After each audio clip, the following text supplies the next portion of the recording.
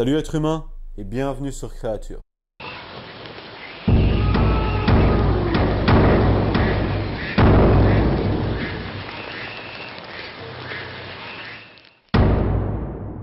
Ah les animaux, magnifiques créatures, n'est-ce pas?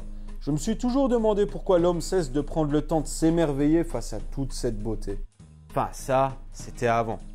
Avant qu'on décide de faire ces vidéos. Ah, ça peut pas être pire que l'ornithorynque. Sale bête. Non, pire que l'ornithorynque, ça me semble assez compliqué, mais par contre, regarde ça. Et devine comment ça s'appelle? L'aïe-aïe.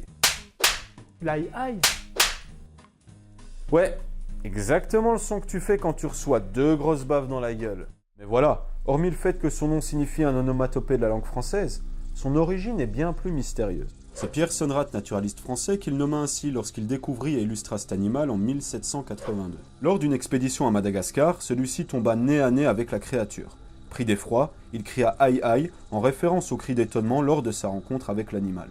Ouais bon, personnellement, je ne fais pas « aïe aïe » quand je suis surpris. Ça fait plus référence à un cri de douleur. Cependant, d'autres hypothèses trouvent l'origine dans la langue malgache, où le son « eh » signifie plutôt « animal magique et terrifiant ». Il est vrai qu'à la vue de cet animal la nuit dans les forêts de Madagascar, on peut vite être surpris.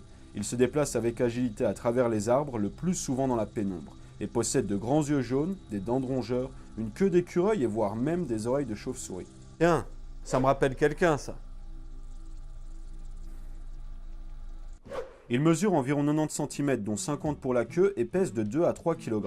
On comprend alors l'intérêt de son agilité et son ouïe particulièrement développée, lui permettant de se mettre rapidement à l'abri si un prédateur s'approche.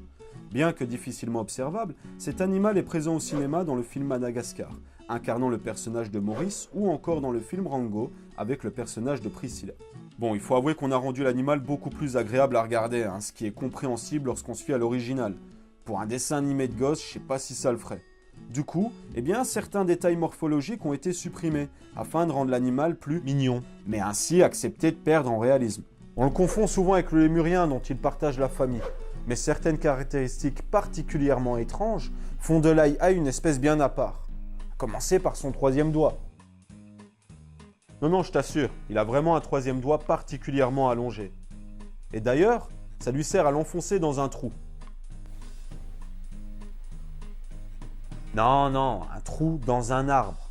Mais dès lors, c'est là où ça devient intéressant. Car justement, on se rend compte pourquoi cette créature possède toutes ces caractéristiques si étranges.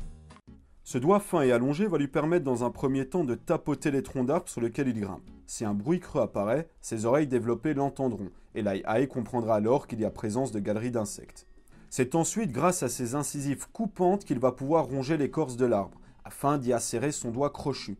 Il ne lui reste alors plus qu'à y déloger larves ou insectes en tout genre.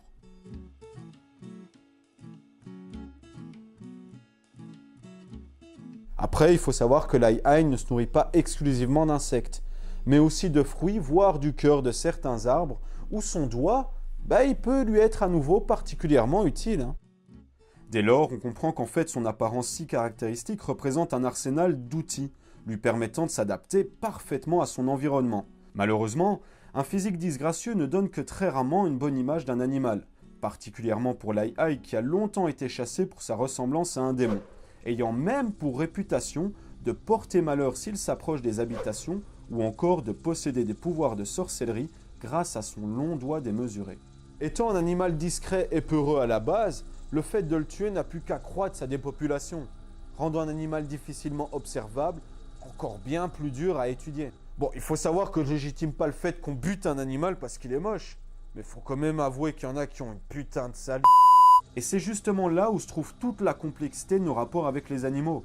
Malgré le fait que nous vivions sur la même planète et soyons interdépendants des espèces qui nous entourent, il est souvent difficile pour l'être humain de faire la différence entre trouver simplement un animal laid et l'exterminer.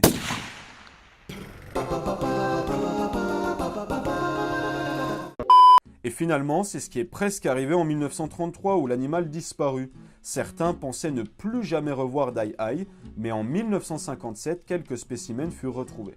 Cela permit d'exporter l'animal vers des îles de réintroduction, afin de lui permettre de se repeupler.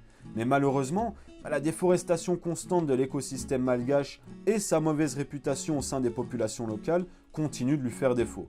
La créature est aujourd'hui toujours inscrite dans la liste des espèces en danger. Ah, tu commences vraiment à aimer les animaux, toi, en fait.